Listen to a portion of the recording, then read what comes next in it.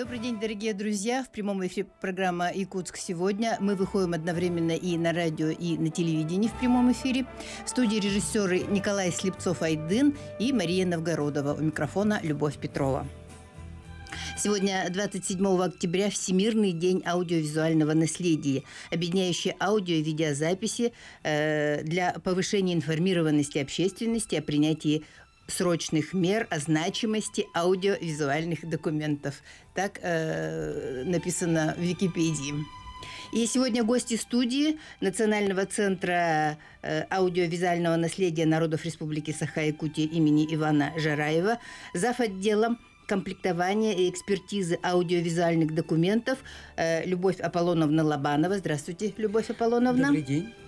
И бывший мой коллега, известный тележурналист, а сейчас ведущий археограф этого же отдела Альбина Степановна Данилова. Здравствуйте, Альбина Степановна. Здравствуйте, дорогие радиослушатели. Мы в прямом эфире. Наши телефоны 320066, 321166. Дорогие друзья, во время прямого эфира вы можете присоединиться к нашему разговору и задать гостям студии интересующие вас вопросы. Ну, во-первых, я поздравляю вас с вашим профессиональным праздником. Спасибо. Желаю вам успехов. И вот Национальный центр единственный, да, на Северо-Востоке профессиональный аудио-видеоцентр. И в прошлом году вы отметили свое 25-летие, значит, в этом году отмечаете 26 лет уже вашему центру. Вот как все начиналось и чего вы достигли за этот период? Дело в том, что мы к вам в свой день рождения пришли не без подарка. Это вот книга, которая у нас вышла в прошлом году к нашему 25-летию. То есть это история первого якутского киноархива. А как это все начиналось? Еще в середине 90-х годов Иван Спиридонович Жараев, это вот просто наша легенда якутского кинематографа, человек, который несколько десятков лет возглавлял кино Якутии, и Виссарион Андреевич Томский, который потом стал первым хранителем Государственного национального хранилища кинодокументов, у них вот возникла такая идея создать в республике киноархив.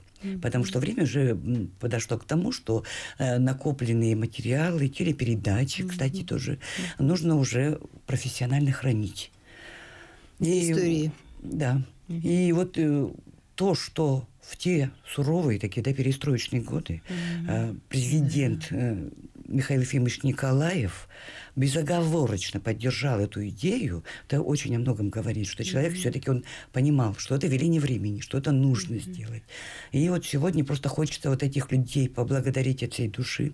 Тоже Галину Константиновну Хлопкову, которая вложила немало сил в создание нормативно-правовой документации, которая разработала логотип, которым пользуемся мы сейчас все. Это вот просто, знаете, он, не знаю, вызывает восхищение у многих специалистов. Настолько он емкий, настолько он всеохватывающий.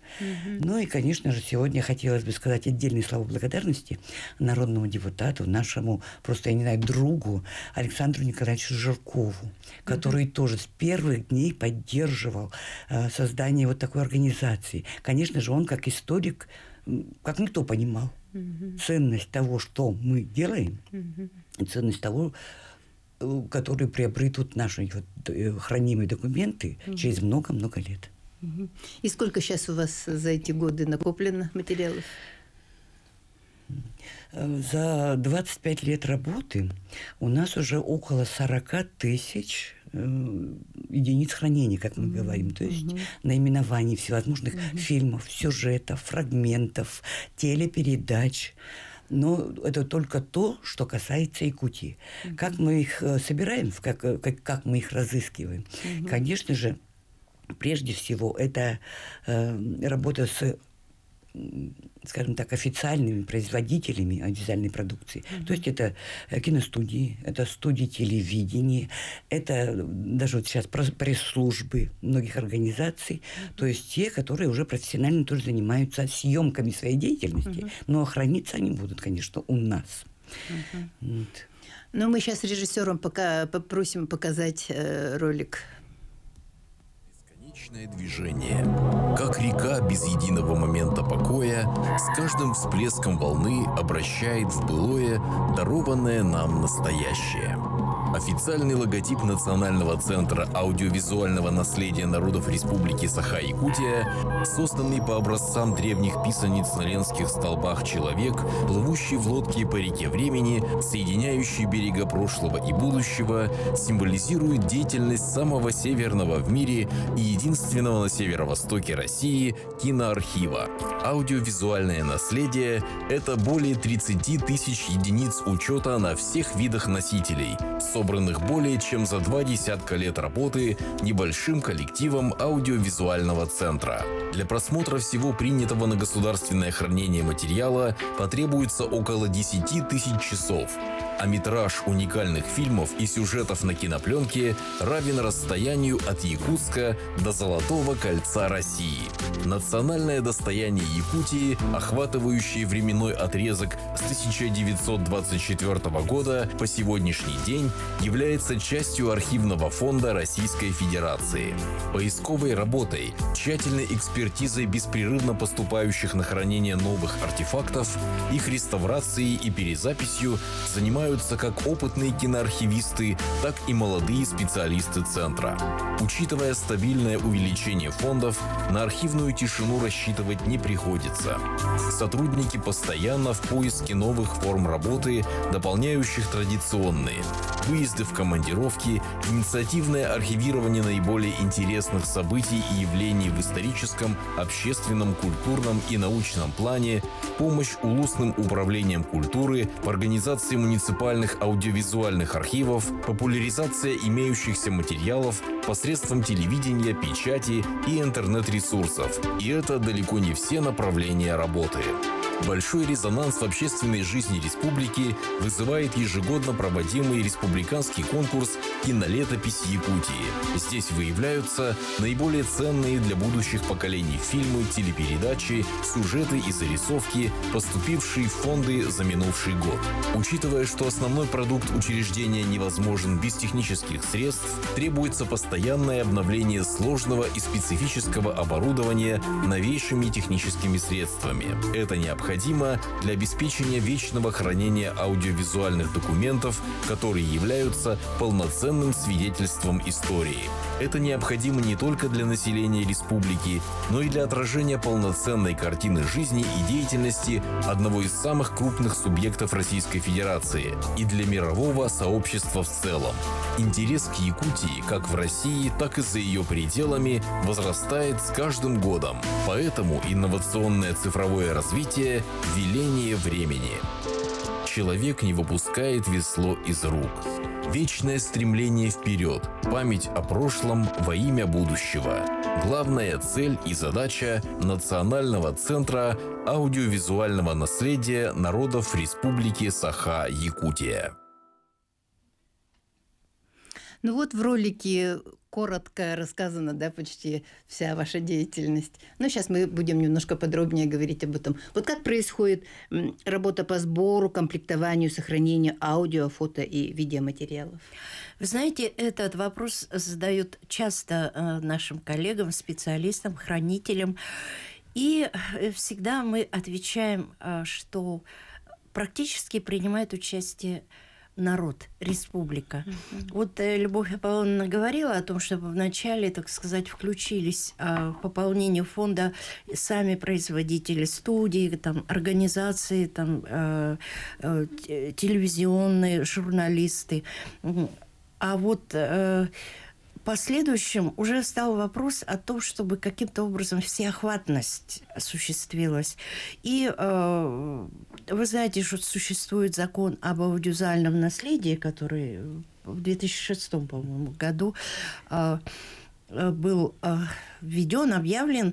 И Наша организация заключила договоры, соглашения с улусами нашей республики, потому что она же территориально огромная, и мы должны знать о том, что происходит в разных уголках республики. Тоже есть. Да.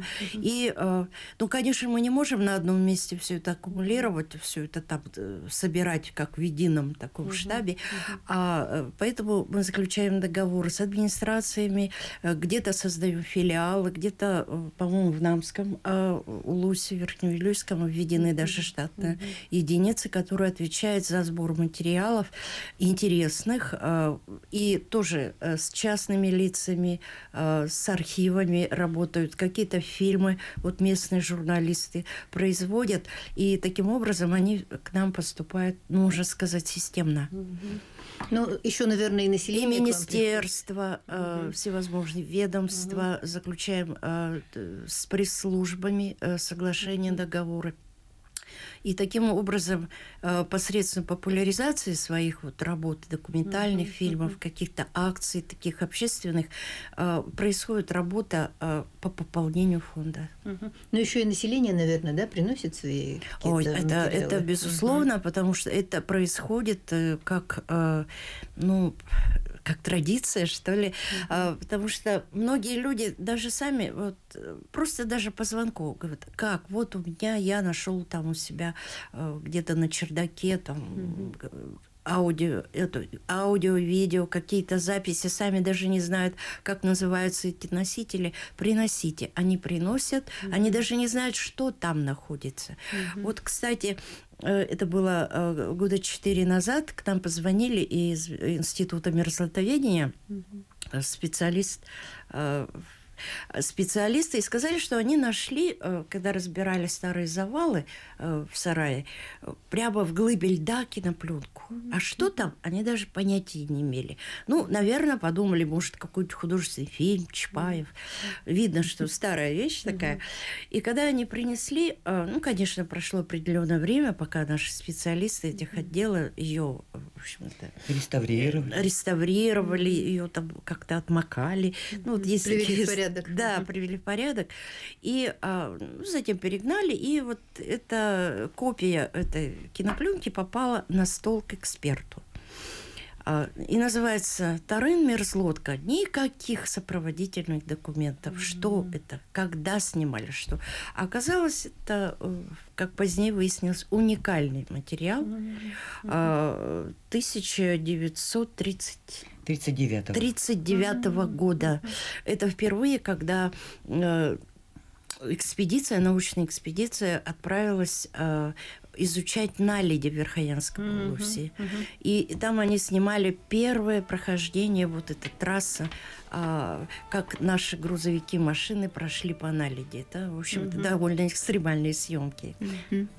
Дорогие друзья, сейчас мы прервемся на рекламу. Через несколько минут мы вернемся в студию и продолжим разговор с нашими гостями. Не переключайтесь, будет интересно.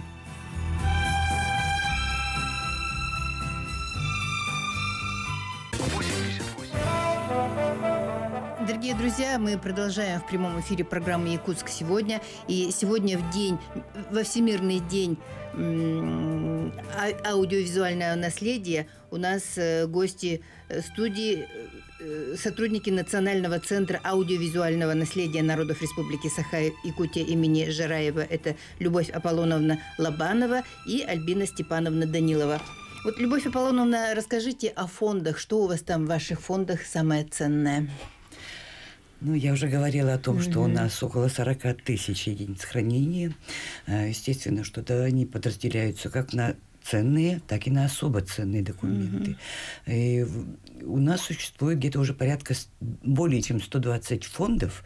То есть, скажем, да, вот НВК Саха, да, материалы представляют один фонд, лично там фонд именно НВК Саха. Скажем, какой-то Верхневилюйский или Ямгинский улус, да, это тоже отдельные фонды. Есть фонды именные тоже, скажем, ну, допустим, тележурналист Иннокентий Слепцов, да, ну, предположим, я так говорю. Ну, и вот таких фондов, в которых содержатся просто сотни, даже тысячи единиц хранения, 120. И каким образом выявляются, скажем так, особо ценные кинодокументы? Что к ним может относиться? Потому что все, что поступает на государственное хранение, оно все имеет ценность. Историческую, культурную, научную, общественную. А материалы, которые датируются наиболее ранними годами или предоставляют какую-то особую ценность, они уже входят в описи особо ценных кинодокументов. Есть у нас такое, ну вот хотя многие специалисты еще спорят, говорят, что не может быть в наше время особенно уникальных документов. Потому что сейчас, когда тиражируются, попробуй отличи первую копию от 50-й, не отличишь. Но тем не менее, да, у нас есть такие вот материалы, их всего 4 уникальные. Это, то есть, там с изображением Максима Кировича Амосова есть. Есть участие нашей делегации на праздновании 200-летия Академии, Российской Академии Наук, где участвовали наши такие вот, скажем, личности глобальные, просто Барахов, Анипадис, Сафронов, Иванов, Кюнде. Кстати, там должен был участвовать и Алексей Кулаковский, наш знаменитый. Но он, к сожалению, приехал в Москву, он уже заболел. И участником этого праздника он не был. А вот эти вот наши 3 делегата, они попали в съемки. Мало того, через год, это был уже 26-й год прошлого века, они в этом же составе выехали на 1-й тюркологический съезд в город Баку. И опять-таки среди такой массы, среди сотен участников, они попали в кадры. И крупным планом. Да, крупным планом причем. И представьте, что этим документом мы нашли не сами. Хотя, допустим, да, мы всегда ведем поиск не только там в Красногорске или на Иркутской студии кинохроники, и за рубежом мы ведем. Но вот эти материалы были найдены специалистами совершенно другими. Допустим, преподавателями университета, которые вели какую-то свою работу, и вдруг в архивах московских обнаружили вот эти кинодокументы. И они просто, вот, мне кажется, они просто бежали к нам с такой радостью. И, конечно, это был большой очень праздник. И вот эти вот работы у нас, конечно же, становились по итогам года вот такими вот уникальными и получали самую главную награду. Потому что мы ежегодно по работе за год выбираем самые-самые-самые лучшие работы. Вот, Альбина Степановна, расскажите об экспертизе. Как происходит эта экспертиза? Ну, я уже говорила примерно, вот привела пример, вот как мы определили ценность кинопленки 1939 года о геологической экспедиции в Верхоянском Улусе. Вы знаете, вот кому-то, может быть, вот люди, которые далеки от сферы нашей работы, они могут ошибаться, считая нашу работу вот эксперта, именно вот археографа, ну, такой скучной, что вот сидят, смотрят видео и заполняют протоколы. Что, где, как изображено. На самом деле эта работа, я бы сказала, очень творческая в плане, она очень похожа на научный исследовательский труд.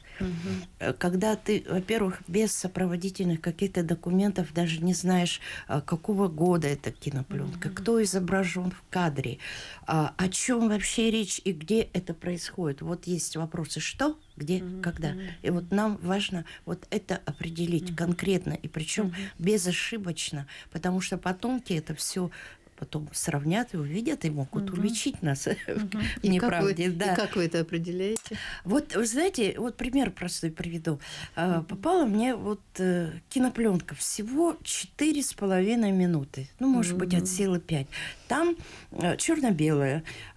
Идут боксерские ринги, ну, бои. Молодые ребята борются. Ну, есть там вроде бы как и азиатские лица. Ну, непонятно, где это, что происходит. Ну, раз на табло мелькнуло слово «Белград». Так, гуглим. Белград, чемпионат. Состоялся чемпионат мира среди юниоров по боксу именно в Белграде. Так, хорошо. Азиатские лица, может быть, там где-то наши ребята. Ничего, мы не знаем их, во-первых. И эта кинопленка могла легко улететь в корзину. Вот, допустим, если бы человек там Как не не проявил представляющий любопытства. интерес. Потому что у нас много таких проходит, как просветительские такие учебные фильмы, когда боксеры там состязаются. Но вдруг мелькнуло знакомое лицо.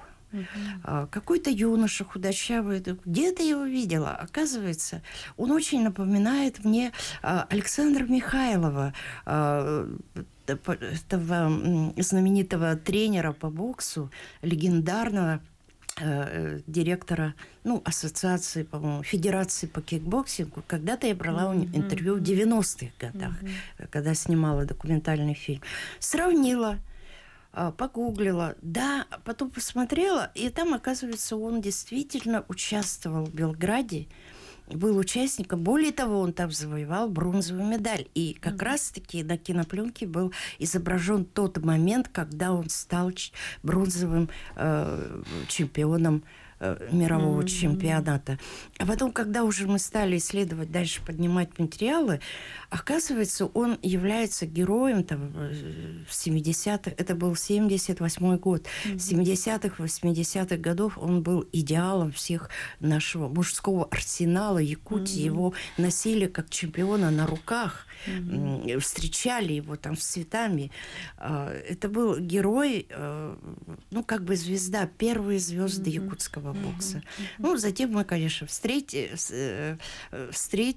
созвонились с Александром. Он был очень приятно удивлен, что такие уникальные пленки, где он там совсем юноша, 19 лет. К сожалению, из-за пандемии у нас встречи не состоялась, но я думаю, что она впереди. Я надеюсь, что он сейчас слышит и, возможно, даже откликнется, и встреча состоится на телевидении. Могу добавить, то, что вот мы не только сами ищем, потому что эксперт, он должен обладать познаниями в разных областях совершенно. Но иногда просто бывает, что просто не знаешь, что, допустим, я не специалист в спорте, скажем. Поэтому мы привлекаем обязательно к работе консультантов, людей, которые это помнят, которые это знают. И вот просто бывают такие удивительные личности. Я помню, как меня просто восхитил знаменитый тренер, тоже Николай Николаевич Волков, который уже в предельном таком возрасте, в хорошем, за 80, он пришел, он в кадре называл мне всех по имени, фамилии, отчеству, всех боксеров, там, спортсменов, плюс не только наших, еще и казахскую, скажем, команду, плюс еще в каких соревнованиях завоевывали, какие награды и в какой весовой категории. Вы знаете, еще хотела добавить, мы не только наш взор устремлен в прошлое, мы заглядываем иногда вперед. Допустим, я буквально на днях смотрела архивная запись 2013 года, встреча президента республики Егора Борисова с золотыми медалистами. И там, это 2013, практически 10 лет было, ответное слово держали золотые медалисты, выпускники школы, победители Олимпиад. И вот на сцене вдруг появляется такой очаровательный юноша, это я говорю как говорится, ценитель, так сказать. Во-первых, чем он очаровал зал? Он очень хорошо, красиво говорил, искренне. И у него речь, я сразу обращаю внимание, когда человек хорошо говорит, у него динамичный ум. И видно, что человек талантлив. Я была под впечатлением, в принципе, дальше бы пошла по протоколу, но мне стало интересно, как сложилась его судьба. Ведь 10 лет прошло, состоялся он, не состоялся.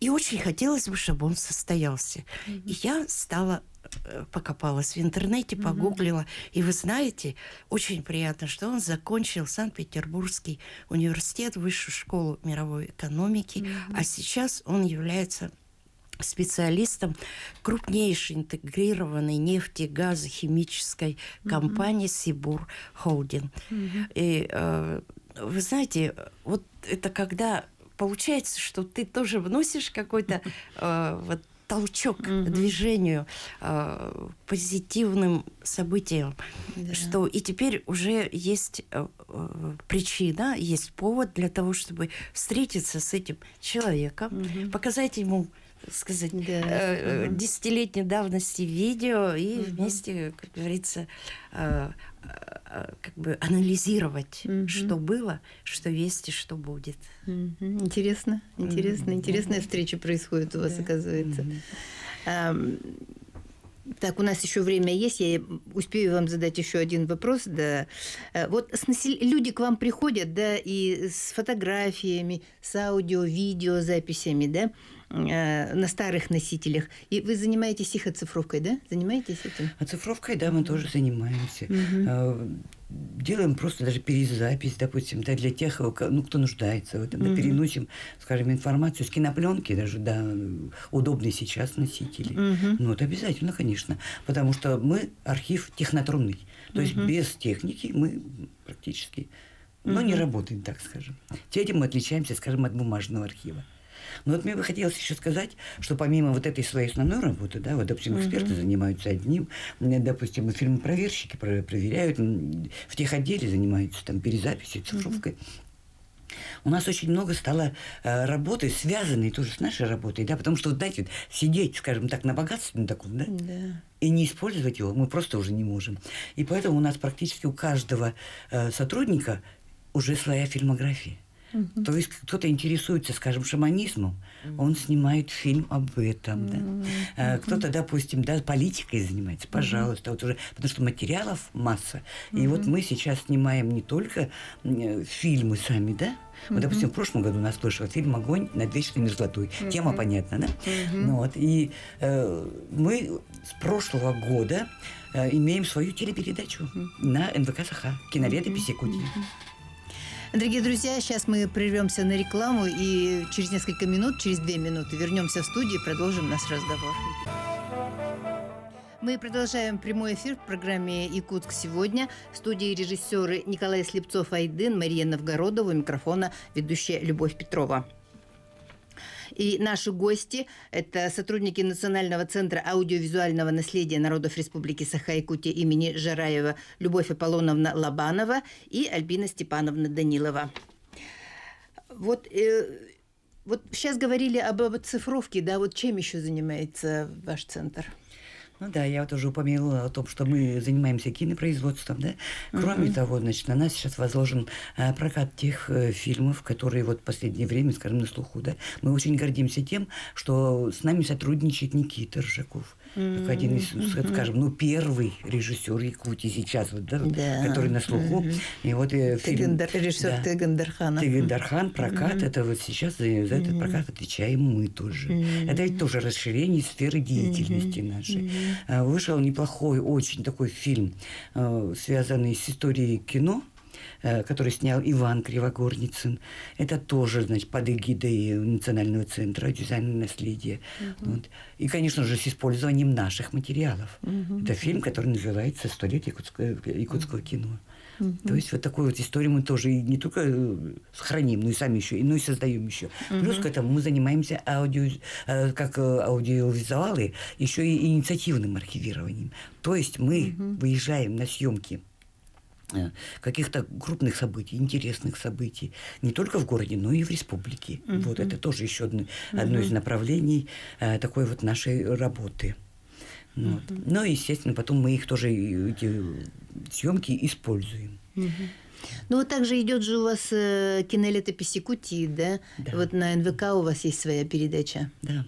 Ну, вот героями этой передачи становятся тоже очень интересные какие-то факты, события, явления, либо люди, которые достойны этого.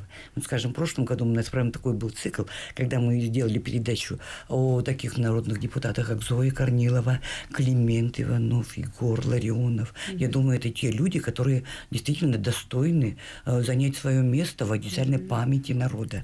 Да, в этом году мы тоже работали с актрисой, с Никитой Ржаковым, с актрисой Зоей Багановой. В общем, люди все чудесные. Мы сами всегда влюбляемся в тех, о ком делаем передачи. Знаковые личности в истории, можно сказать.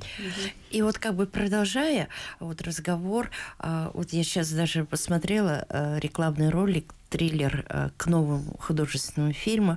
Хотела бы обратиться к кинематографистам. И не только к кинематографистам, к своим коллегам, журналистам, вообще творческим людям, которые держат в руках камеру. Пожалуйста, приносите не только свои профессиональные, уже премьерные фильмы, приносите любительские, приносите свои архивы, рабочие материалы.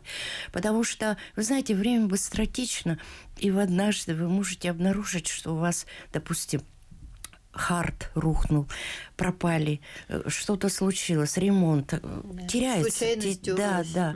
Вот как-то было время, я помню, 2 года назад, когда мы устроили акцию именно для кинорежиссеров молодых и среднего поколения. «Внеси свое имя в историю».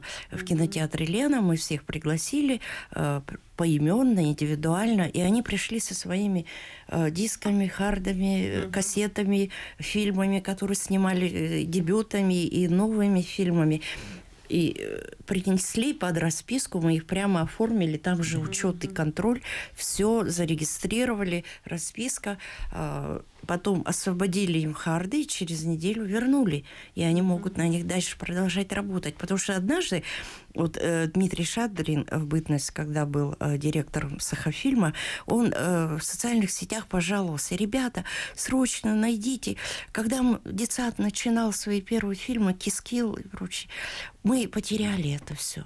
Мы не можем это найти. Может, у кого-то что-то сохранилось, копии. Вы знаете, ну как это так? И вот он до сих пор они...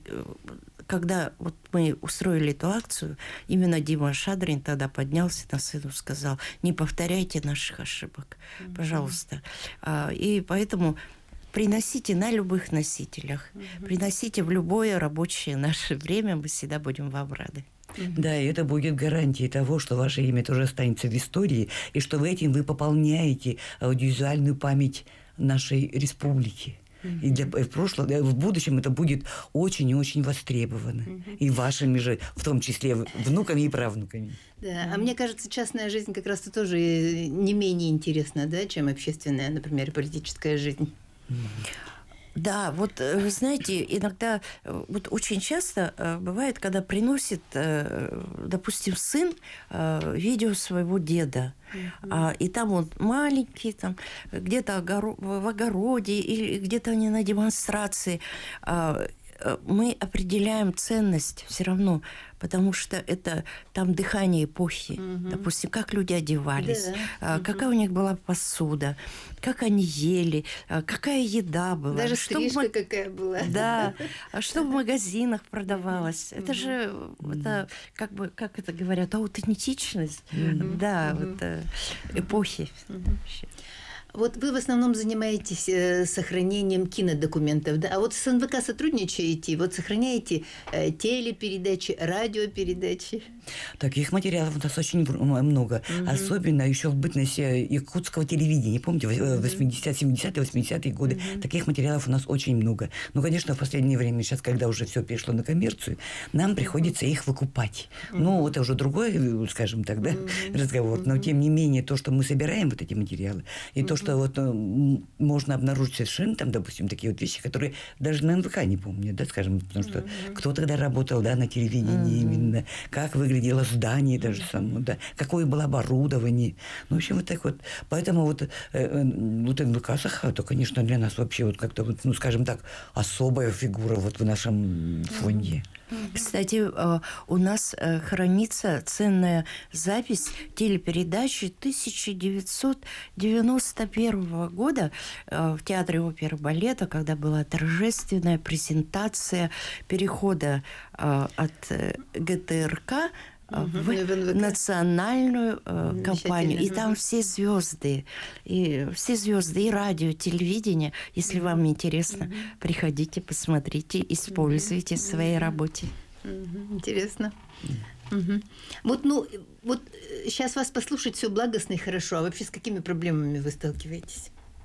Ну, я не знаю, стоит ли говорить наш профессиональный праздник о проблемах. Проблемы, конечно, есть, они всегда так и будут, да? Потому что оборудование нужно менять как можно чаще. Так говорят, что морально оно устаревает вот буквально через полгода. Это одно, да? Затем у нас, конечно, на сегодняшний день у нас нет нормального, приспособленного для хранения такой сокровищницы, как аудиовизуальная память, помещения. Нет у нас такого помещения пока. Соответствующего. Именно нормам. соответствующего. Потому что, конечно же, у киноархива свои правила хранения. Там соответствующая температура должна быть, да, влажность. Да, температура, влажность, защищенность. Да, надо, чтобы были просчитаны все риски, то есть чтобы не было возможности затопления, там, скажем, или поджога, или взрыва. Вот такое вот есть. Такая проблема у нас есть. А вот, допустим, что сказать о коллективе. У нас не так-то много, у нас 25 человек всего. Но, тем не менее, это коллектив у нас очень сплоченный, очень дружный. Работают профессионалы своего дела, те, которые любят. У нас практически нет текучести кадров. Вот, так что мы... Ну вот у вас сейчас возможность есть поздравить своих коллег с профессиональным праздником. Дорогие коллеги, мы вас поздравляем всех, кто связан с производством аудиовизуальным, всех, кто занимается хранением, да, всех, кто работает на телевидении, на радио тоже. Вот, мы вас поздравляем от всей души с этим праздником. И еще я дополню, мы поздравляем всех жителей Республики Саха, которые вот сейчас сиюминутно творят и созидают историю и пополняют наши фонды. С праздником всех. Ну и сегодня, как в праздник, обычно говорят о планах, перспективах, может быть, о мечтах о своих вы скажете. Я мечтаю о новом здании. Да. Я мечтаю, что это будет такое высотное здание, много этажей.